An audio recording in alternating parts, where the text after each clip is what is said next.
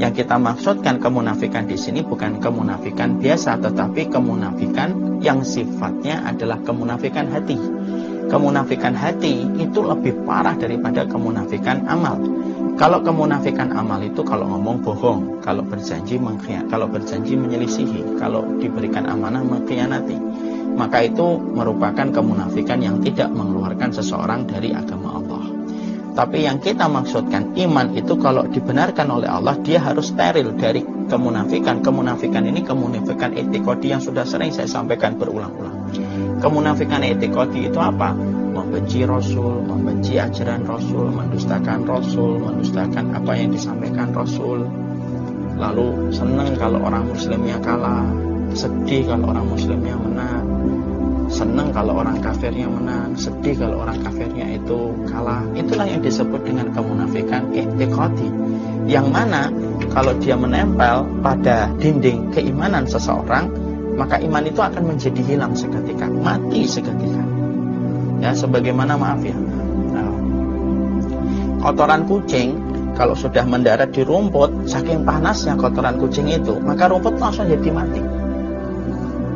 Rumput itu langsung jadi mati.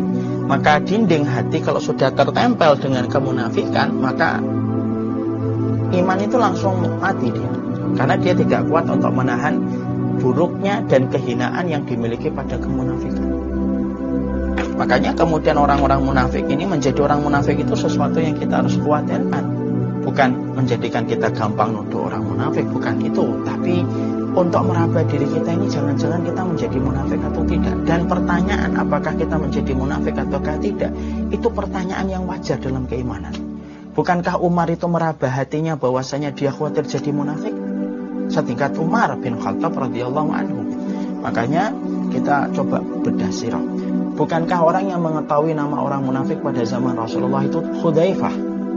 Sahabat Hudzaifah Ibnu Yaman itu yang mengetahui siapa nama orang-orang munafik pada zaman Rasul. Perhatikan apa yang dilakukan Umar kalau dia mendekat kepada Hudzaifah. Ya Hudzaifah, apakah saya ini orang munafik ataukah tidak?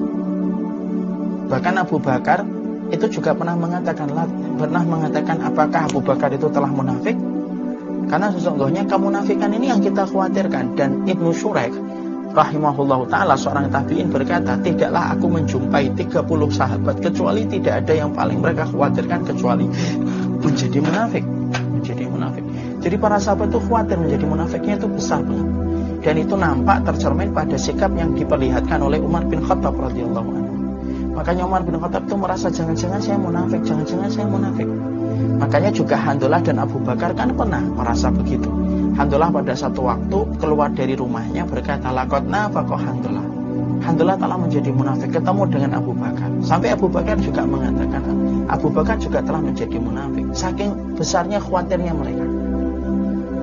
Kalau pada zaman Umar bin Khattab, Abu Bakar, ternyata mereka sudah khawatir terhadap kemunafikan karena ada orang-orang munafik yang hidup pada zaman Rasulullah, apalagi 1400 tahun setelah mereka. Orang munafik itu ribuan kali lipat jumlahnya daripada jumlah yang pernah hadir pada zaman Rasulullah. Dan kita pun juga harus merasa apakah kita ini menjadi munafik ataukah tidak. Ini penting. Karena apa? Hasan al-Basri itu berkata, orang yang selalu merasa khawatir dirinya munafik, justru disitulah tumbuh keimanan. Karena iman itu yang benar akan menjadikan seseorang itu merasa gelisah apakah dia munafik ataukah tidak. Tapi kalau orang itu merasa dirinya itu aman dari kemunafikan, bisa jadi telah tumbuh kemunafikan. Dan kemunafikan ini, Masya Allah, ini luar biasa, begitu banyak. Orang-orang yang nanti mengaku dirinya muslim, diulang-ulang itu, saya ini muslim, tapi dia benci syariat. Dia benci agamanya, dia benci syariat agamanya gitu. Makanya kalau saya melihat orang semacam ini, kalau ada orang yang benci sama agamanya sendiri gitu, padahal dia mengaku muslim berkali-kali walaupun tidak ditanya, kadang-kadang pertanyaan saya kepada mereka itu simpel, sederhana. Kalau memang agama ini sudah tidak lagi menarik bagimu karena kamu melihatnya selalu buruk, lalu alasan apa yang membuatmu bertahan pada agama ini? Karena orang munafik itu selalu memandang agamanya itu buruk.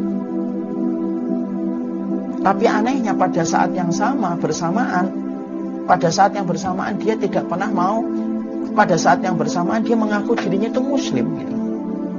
Makanya orang munafik pada zaman Rasulullah SAW itu apa? Ittakhadhu aymanahum junnata fasaddu an sabilillah. Orang munafik pada zaman Rasulullah itu selalu mereka itu bersumpah bahwasanya mereka itu beriman, tetapi iman yang mereka dustakan ketika mereka bersumpah untuk menyesatkan orang dari jalan Allah yang lurus. Nah, munafik ini tentunya ada dua, ada munafik du'atun, ada munafik mukhallidun. Ada munafik yang sifatnya itu penyeru, dia ting-tengnya, dia betul-betul yang menggelurakan kemunafikan, itu namanya pemimpin-pemimpin munafik, namanya du'atun, diambil dari kata da'in, da'i. Lalu kemudian pluralnya du'atun, dia menyeru, dia mempropagandakan, dialah yang membuat segala macam pemberitaan tentang kemunafikan. Ini namanya du'atun. Ada yang mukhallidun, ada yang ikut-ikutan.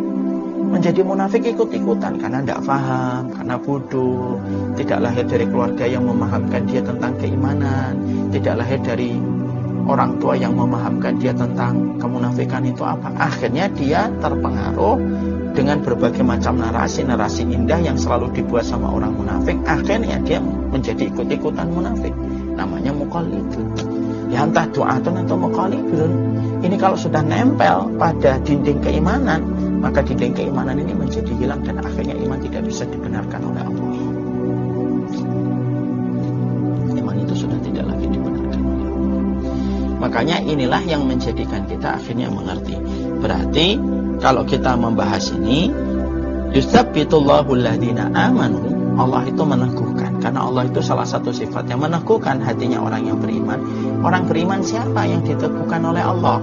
Orang yang beriman yang mampu memastikan keimanannya tidak tersengat dengan kesyirikan, tidak tersengat dengan kekufuran, dan tidak tersengat dengan kemunafikan.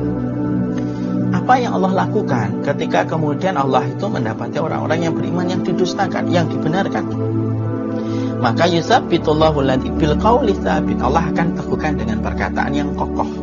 Para ulama lalu kemudian menyebutkan perkataan kokoh itu apa? Perkataan kokoh itu ya perkataan keimanan, perkataan la ilaha illallah. Ketika dia pada saat akhir kehidupannya, dia mampu mengucapkan kalimat syahadat la ilaha illallah di akhir kehidupannya, Allah teguhkan perkataannya itu. Fil hayati dunya wa fil akhirah, dalam kehidupan di dunia ataupun dalam kehidupan di akhiratnya. Dan Allah itu akan teguhkan pula ketika dia di alam barzakh, ketika dia berada pada alam kematiannya, maka dialah yang akan dibantu oleh Allah untuk digerakkan lisannya untuk menjawab dari apa pertanyaan yang ditujukan oleh malaikat